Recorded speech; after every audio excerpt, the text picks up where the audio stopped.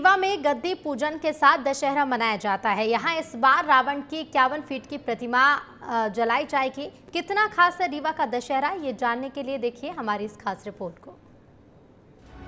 रीवा जिले में दशहरे का खास महत्व है। दरअसल भारत में चर्चित गद्दी पूजन के साथ दशहरा मनाया जाने में रीवा भी शामिल है। हिंदुस्तान में 3 जगहों पर दशहरे पर गद्दी पूजन किया जाता है। इसमें कर्नाटक का मैसूर, हिमाचल का कुल्लू और मध्य प्रदेश का रीवा शामिल है।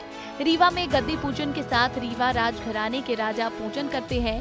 ये परंपरा 750 साल पुरानी है। सन 1299 से यहाँ गद्दी पूजन के साथ दशहरा मनाया जाता है। इतिहासकार असद खान बताते हैं कि राजा भीमल देव ने इसकी शुरुआत की थी और लगभग 36 राजाओं ने अब तक गद्दी पूजन किया है। कोई भी राजा गद्दी पर बैठकर पूजन नहीं करता। इस गद्दी के नीचे बैठकर सेवक के रूप में उसकी पूजा की जाती है। अब गद्दी पूजन वर्तमान महाराज पुष्पराज सिंह और उनके बेटे दिव्यराज सिंह करते हैं। हमारे साथ असद खान इतिहासकार हैं। हम उनसे जानेंगे कि कितनी पुरानी परंपरा है और रीवा में कितना खास माना जाता है।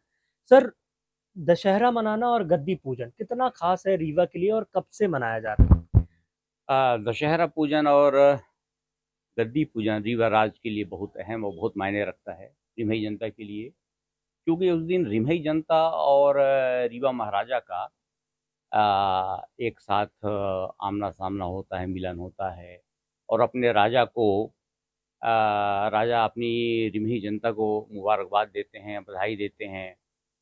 और उस दिन जो है बड़ा ख़ास रिम्हई जनता के लिए होता है। इसकी शुरुआत 1618 से रीवा में हुआ। महाराज विक्रमादित्य बघेल जिन्होंने रीवा को बसाया, रीवा को बसाने वाले, रीवा में आने वाले सर्वप्रथम राजा हैं वो। रीवा में इस बार दशहरा पर्व पर 51 फीट ऊंचे रावण के पुतले का दहन किया जाएगा। इस साल रावण, मेघनाथ और कुंभकर्ण के विशाल पुतले तैयार किए गए हैं। इन पुतलों की ऊंचाई इस बार बढ़ा दी गई है, जिसमें 51 फीट का रावण, 50 फीट का कुंभकर्ण और 45 फीट ऊंचे मेघनाथ शामिल हैं। खास बात यह है कि बारिश के मौसम को ध्यान में रखते हुए रावण के पुतले को इस बार वाटरप्रूफ बनाया गया है। उमरिया के कारीगरों ने बड़ी मेहनत से इन पुतलों को तैयार किया है। कारीगर ने बताया कि पिछले कई दशकों से उनका परिवार रावण बनाता है। कब से बना रहे हैं आप ये रावण को और रीवा में कब से? मैं बचपन से रावण बना रहा हूँ और रीवा में 20 साल में 2003 से चालू की थी मैंने और लगभग 2-4 साल नहीं आया मैं, इसके और दूसरा साल है मेरा लगातार रहा। क्या क्या करते हैं, कैसे बनाते हैं? ये लकड़ी बांस का कमाल है, सब बांस ही बांस से बनता है और इस बार तो वाटरप्रूफ बनाया मैंने, दूसरा साल जो वाटरप्रूफ बनाया। मध्य प्रदेश के उप मुख्यमंत्री राजेंद्र शुक्ल ने भी सभी को दशहरा की शुभकामनाएं दी।